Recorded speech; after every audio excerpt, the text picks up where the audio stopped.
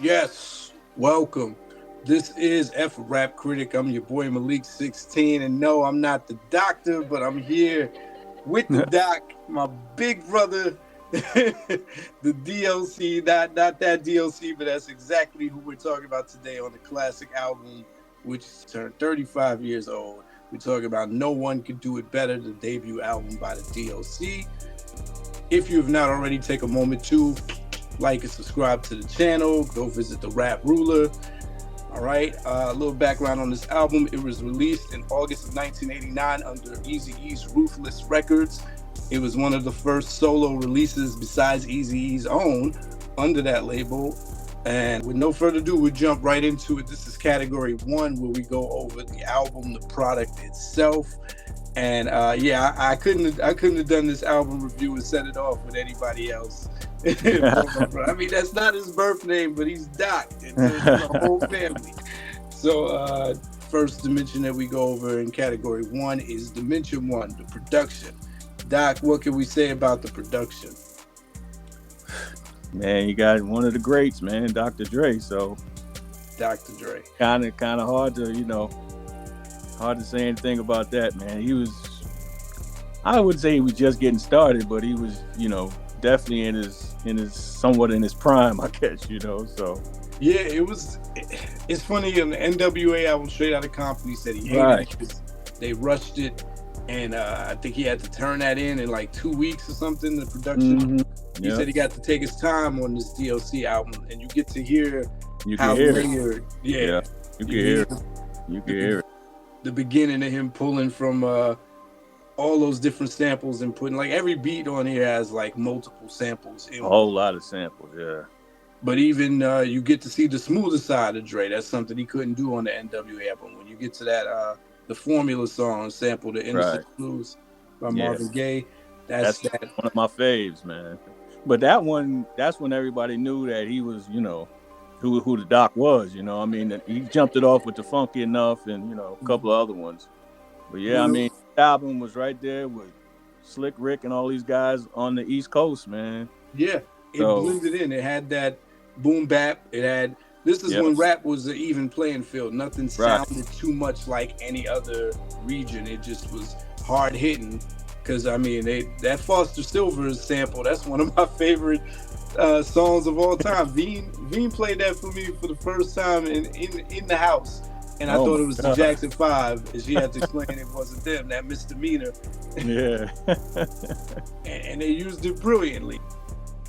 They do that, they got two fast-paced joints on there. What's that? Whirlwind, Pyramid, and Portrait of a Masterpiece. That sounds like, Yeah, well, everybody had the little speed rap back then just to see how fast they could flow. Yeah. A lot of people doing that. It's like that Bomb Squad sound. Yeah. And then, of course, the other thing that everybody was doing, we talked about this on the EPMD episode, the rock joint. Yeah. Yeah. They actually had live instrumentation on that. They had this dude, Stan the Man, Guitar Man. So he's playing that live. It wasn't sampled, so that's impressive. Yeah, everybody else back then, they were doing some, a rock sample. This was straight live rock guitar. So, I guess Run DMC too. Yeah, a live.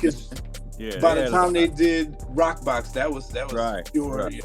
Yeah. I'm thinking to Walk This Way. That was the sample. So now that I think about it, a lot of them '80s joints had original rock guitar. Yeah. I know on the original version, there's a comment on it. I think they took this off the later versions. Like Eazy-E's like, yeah, we did this for you white boys. Then they took that off, to be politically correct, I guess. Right. Yeah. But yeah, I mean, I think like you said, it's as much of a introduction to the D.O.C. as it is to Dr. Dre's true production style, like what we were about to get for the next couple years. So, I mean, on a scale from 1 to 5, what you giving the production? Give it a 4, just to say nobody's perfect, I guess. Okay. That takes us to Dimension 2, the cohesiveness of the album. Yeah. How well does it flow together? It's not a long album at all. Yeah, what is it? 15 tracks? No, it's about 14 tracks though, right? Yeah, I think it's 13 tracks. 13, okay. That was the going rate about back then, so that's about right. So 13 tracks and 2 of them skips. The community, interludes and stuff. Yeah, gotcha. Communication break, and then Dre kills it on the second one. He's cutting up the Sly and the Family Stone sample with the. He put a lot on that Doctor, the Doctor beats too. He had Public Enemy. He had why am I forgetting? Kool Moe D. Yeah, the go see the doctor. I think he got a Houdini sample in there with the cymbals going off. He might. They were pulling. He blended them some nice mixes. He did. Like, he uses samples before other people. Like, what is the song? I think it's Lend Me an Ear. It's the same sample that they use as Self-Destruction and the same breakdown 1 year before Snap uses it for I Got the Power. He was I might have to change Dre. I might have to put a 5 on Dre. Yeah, he was in full DJ mode and production mode. I feel like D.O.C. brought his best out of him. Like, you could tell he genuinely liked working with him. Yeah, definitely. And I mean, he's name dropping him all over the album. He's like, Dre, break, hit him with a cut, Dre. Yeah. Remember when he was rocking that the last one before it was over, and he was like, "Yeah, give me a minute, man. I gotta catch my breath." Yeah. He said, "Damn, Dre, let me breathe." Yeah. So there's a lot of acknowledgement and interaction with Dre. And they flow together. They put the break, even though there's 2 skits, so that means technically there's only 11 songs. Yeah. They put them far apart from each other, where it's like, okay, here's a break. They treat it like a tape, because they even say, hey, turn the side over. This is my favorite side. Dre likes this side. That tape, Malik, cassette tapes, man. That's how they recorded it. Wow. He said side A, side B. I mean, I guess that could apply to vinyl too, but they definitely they were referencing change, boy, man. So, I mean, and there's enough balance of those, again, same thing with the breaks is the fast songs. Whirlwind Pyramid comes a little early in the album. Portrait of a Masterpiece is right at the end. So they spaced those 2 fast songs out. So there's a balance. There's a balanced feel to make the flow kind of go. What you giving this on a scale from 1 to 5 for how well it flows together, the cohesiveness? The cohesiveness, I have to give that a 4 too. The cohesiveness is real good. Like you said, the balance was there, had a little bit of everything, Yeah, they did a good job, man. Like I said, that was Dre just getting warmed up. Yeah. All right, so that takes us to Dimension 3, the intentional mood and tone of the album. So what do you think they were trying to get out there with this album? What was the tone of the album? I guess to let you know that, you had some, because when I heard Doc the first time, I thought he was an East Coast rapper with his voice, Yeah. So I guess he let you know we got something on the other side of the world too. Yeah, it's on the left coast, and he's from Dallas originally, right? So yeah, he's from Dallas, and it's weird. He doesn't really rep anything there. He mentions being from down south one time on the album, and then he says something about I had to connect with the boys from Compton to get LA respect. Yeah, so basically he Cali, right? So yeah, so I mean, it's really just an introduction. His whole, you could argue, is to show another side of Ruthless Records and prove that Eazy-E's really a businessman, because he's not coming with what NWA is coming with. He definitely had something different than what they came with. So it's not a gangster rap album at all. He's just rapping about. Yeah, he just spitting bars, talking like everybody else was talking. So it's really rapping about ripping the mic, which was part of the course in '89. Yeah, everybody was rapping about that. So he's not repping an area. He's just repping himself. He keeps saying, "I'm dropping knowledge," but it's always funny because it is. I don't think you can hear too much knowledge.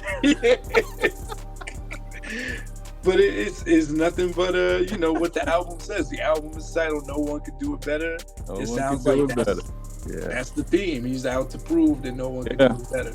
I mean, it's just too bad what happened to him, man. I like to see. I think you'd have been still, relevant today's. He is relevant, but what I'm saying, he'd have been still, could have put him up there with some of the greats that we got out there now. So yeah.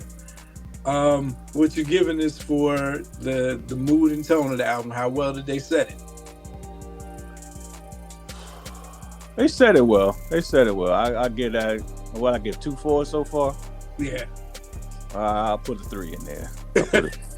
Put a 3 in there. That's this Libra I don't gang want right to. here. I'm just doing it. Just This is Libra gang out here, y'all. We got to be fair. We try to be. That's perfect.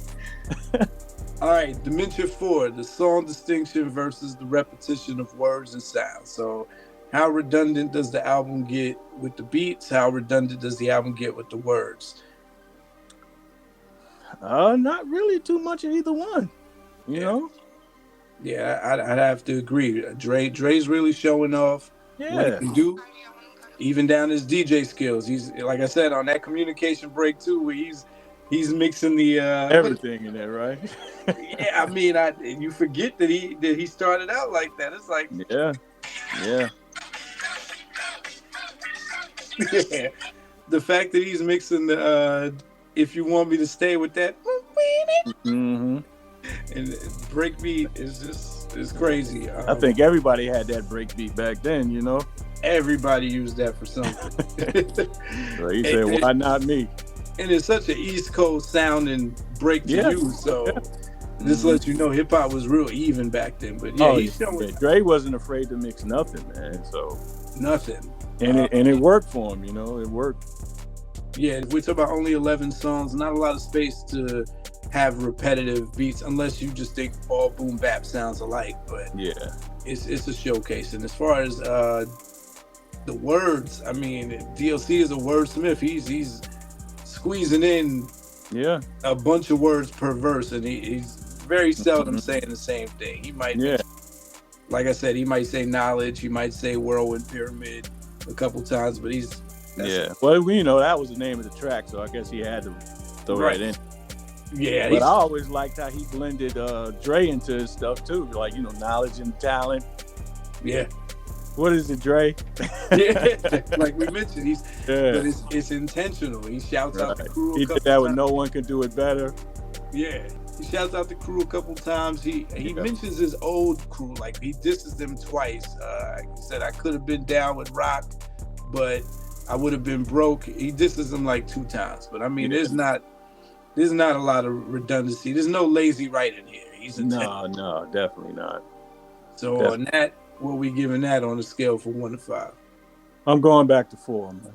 Going back to 4. All right. That takes us to Dimension 5. Dimension 5, the amount of content versus the amount of songs. All right. It's 11 songs. How much is he talking about different stuff? I mean, the whole thing is still braggadocious, right? But yeah. You got the mind blowing, you got the funky enough. Yeah. He only deviates for that song "Beautiful but Deadly" about the gold digger. Right. That's all I can think of. I mean, there's different ways of talking about how. You know, the doc and the doctor is about him and Dre. Rocking the mic. The formula is about how he's special, rocking the mic. But that's the grand finale. Well, he put the posse on, so that was a posse cut. So out of 11, there's only 1 song. That might take some points down. What you give?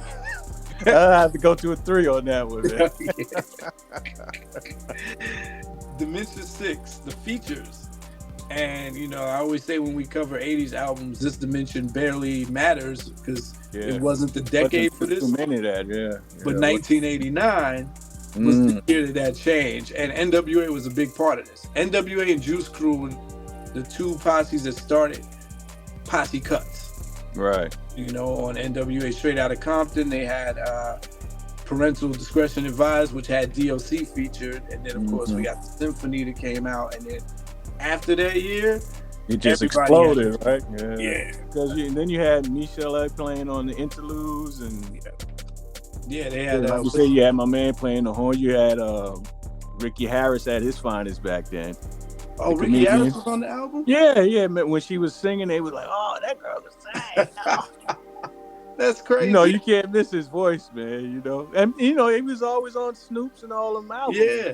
So, You know, it's Yeah, only oh, right he no, was in there with them. that Mm-hmm. was over my head. That's dope. Yeah, All right, so yeah, on here you mentioned already he's got Michelle A on the skit, got Ricky Harris on the skit, and then I think that's the only features until the grand finale, the very end of the album. yeah. He put Cube on and Ren. Ren is underrated, by the way. Yeah, Ren out of the group, he's probably Yeah, the second best pen besides the Doc. I know Ice Cube gets all the credit, but yeah, yeah, I think Ren was a little bit more intricate, had a few more punchlines, and yeah, you know, yeah. He was Ice Cube. raw, man. He definitely was raw. Yeah, and Easy, of course, is on it, Yeah, and I'm sure either Cube or or the Doc wrote Easy E's part. yeah, yeah. But for that day, I mean, they were coming with lines like, what did Ice Cube say? Ice Cube said something, word to me, F the father. Yeah, Easy talking about I don't need a car, I do a walk by. Like, these are clever lines from 1989. yeah, So man. I mean, it's funny because all through the album, D.O.C's kind of just rapping the standard, ripping the mic stuff that most rappers were doing in '89. I feel like he tried to toughen up a little on the grand finale since he's got the gangster rappers on there. Yeah, yeah. And throughout the album, he might cuss like maybe 5 or so times. Yeah, I mean, yeah, it wasn't over the top, man. You know, Yeah, it was impressive. like you said, it was definitely away from NWA. Yeah, He was definitely his own dude. But like you said, I don't know how much ghostwriting he did for them guys and oh yeah, like that, So yeah, I think Cube wrote "Express Yourself" for Dr. Dre, and the D.O.C. wrote all the other parts for Dre. So he found Doc, or he just happened to? It was Dre who called him back after listening to his stuff. Okay, yeah, that's all I wanted. Yeah, I never knew how who met who, and Yeah, how that popped off. It was Dre that he had the bond with, and Easy signed him, and he said Easy signed him into one of the worst deals ever. He put $3,000 chain, and he took basically anything he's ever written for Ruthless Records. It belonged to Ruthless, not to him. He gets no royalties to this day. They might have worked something out, but I think the article I read was from like 2 or 3 years ago, and he still gets no credit. And I just found out he started Death Row. It was him and Suge, and he invited Dre when Dre was going through the fallout with Easy, and then he just faded to the background somehow. Wow. But yeah, with that said, what we giving this album for the features? You got NWA and Michelle A and Ricky Harris. Do they help the album? Do they hurt it? Yeah, I mean, they definitely don't hurt it. So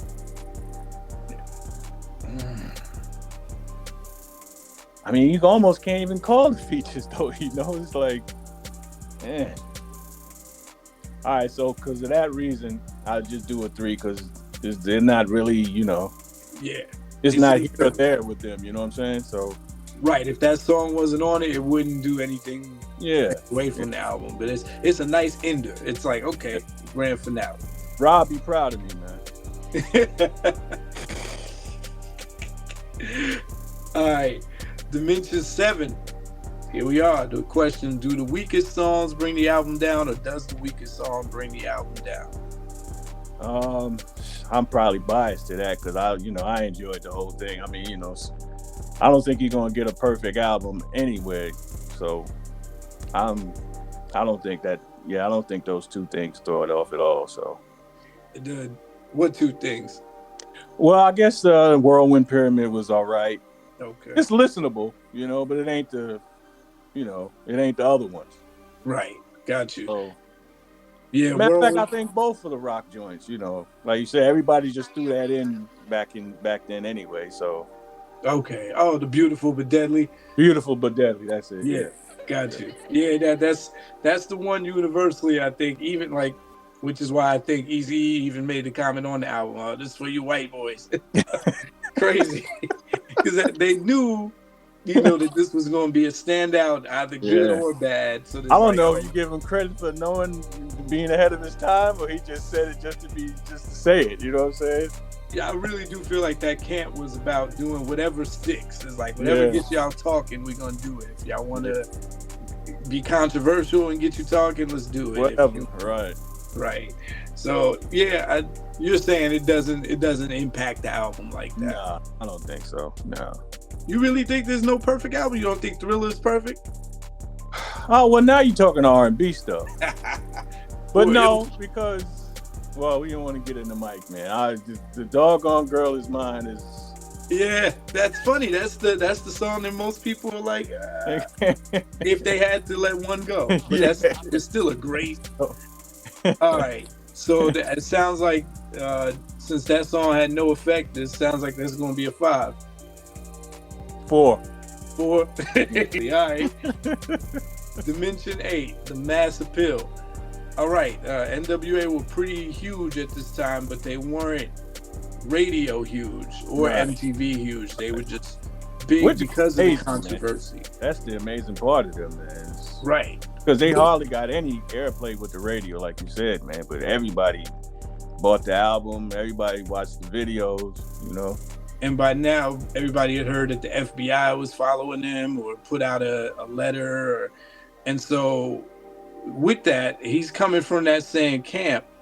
And even though people, I think now people understand he wasn't a gangster rapper. He's just ripping the mic. The imagery was the same. He's still wearing the black hat, the black jacket. Yeah. So he gets lumped in with them. You think that kind of hurt how far this album could reach? Probably not, because you could use that to your advantage. You know what I'm saying? So, I wouldn't think so. And like I said, he brought it. Like you could decipher that it was definitely different than what NWA was doing. So, no, you remember this album getting played a lot? Yeah, I remember the Formula was always played. Funky Enough. The D.O.C. and the Doctor was played. It was something else too. It was one of the other ones too. Okay. Oh, Mind Blowing. Okay, that's 4. Yeah, that's what I'm saying. That's what I like. I gotta get this joint. Then I was like, oh, this album's tight, man. But now, what also helps is we got Yo MTV Raps out. So if nothing else, you get in rotation there. Right. I don't. I was super young, so I don't. Yeah. Hearing any of these songs except for Funky Enough, but I don't remember it getting a lot of play. And the tension was still there with the East and West. We were still kind of hating a little bit. Really? Oh yeah. Even though people thought he was from the East Coast? Well, that's what I'm saying. Everybody thought he was from the East Coast, and that gave it more flavor too. Yeah. It gave it more love. It kind of reminds me of Death Row when that Sam Snead song was out. And people didn't know he's from Jersey, and right. So guilty by association sometimes. Yeah. So I mean, when you getting played in the East, that says a lot, man. That's respect. That's respect. Yeah. You had to give them their, you had to give them their respect. And his songs had hooks. They had breakdowns. Yeah. They knew what they were doing at that point. Even the NWA album had Express Yourself. That was their only safe single. But he had a bunch of safe singles. So you could tell they at least wanted to get it. Still, I don't know if it was like dance floor ready. It wasn't going to get played in clubs and parties. But Well, Funky Enough was definitely getting. They still play that. So. Oh, okay. Yeah, they still play that. It's getting funky. See, this is why I needed you for this episode, because you lived it, you were there. Oh yeah, definitely. Yeah, he was getting played, man. That was getting more played than the Formula. But I like the Formula is my favorite. So. Got you. Yeah, the Formula, out of everything, like I said, it sets the precedent for what West Coast rap was about to sound like. Yeah. Everything else sounded like I said, Bomb Squad, Boom Bap. All right, so you had that. He really doesn't have any songs for the women on there. He has a song about a woman, but not positive. Yeah, right. And so that limits how far. I think he was a guys rapper. I think the guys were talking about the D.O.C. So that limits how far it could reach. What you're giving us on a mass appeal level, because we now in the era where we see the male rappers making records for women. You got your Heavy D, LL, Big Daddy Kane. Right. He's more in the Rakim lane. Yeah. So for mass appeal, you get it 5? You put it up there with the LL Cool J? Yeah, man. Yeah, I got, like I said, it was up there with my, what I was playing in the car that then. I was playing him. Wow. I was playing the album, man. Okay. Yeah. That takes us to Dimension 9, the 3 I's. Impact, innovation, influence. I'll be happy to get that right. It's like too legit to quit. All right, so the impact, you kind of just described it, man. You said it was playing everywhere you went. It's what you had in the tape deck. Do you remember people talking about him like he was up next? Because I know in the 90s we had this thing where we were like, or like last time when me and you talked about K Solo's introduction, and he was the buzzed about rapper. Was he buzzed about? Yeah, I would say so. I would say. Okay. Because let me see, who were you talking about in '89? Of course, Kane, like you said, Kane. There's, all the East Coast guys we were talking about, but he was in there. Mm. He was in there with Rick and Kane, L, Ra. Tretch popped up on the scene, and so he was in there. He was definitely in there. That's a cool freshman class. A couple of those people you named, K-Solo, Tretch. Who had there was somebody that just came out in 89 was smoking, man. Because it was this a sign of things to come in the 90s kind of thing. But okay, innovation. I don't know if he innovated anything. I know maybe just adding to the West Coast repertoire, maybe putting Texas on the map, but people didn't really know he's from Texas. Yeah, you almost don't count that, man. Right. I don't know what he innovated. I mean, you get to see more Dre's, but I don't know if this album set any trends or any precedent. Nah, yeah, he just got himself on the map because he had hits. So, and then influence. I know there's a lot of rappers who go back in retrospect, who go back and talk about how this album's in their list and how his rap flow was. You've heard Eminem talk about him. They did a whole documentary on him. Yeah, and he's celebrated now. I think his pen, he goes down in history as one of the biggest what if stories. What could have been, yeah. And maybe even a cautionary tale about drunk driving. Definitely that, man. He's lucky to be talking about it, man.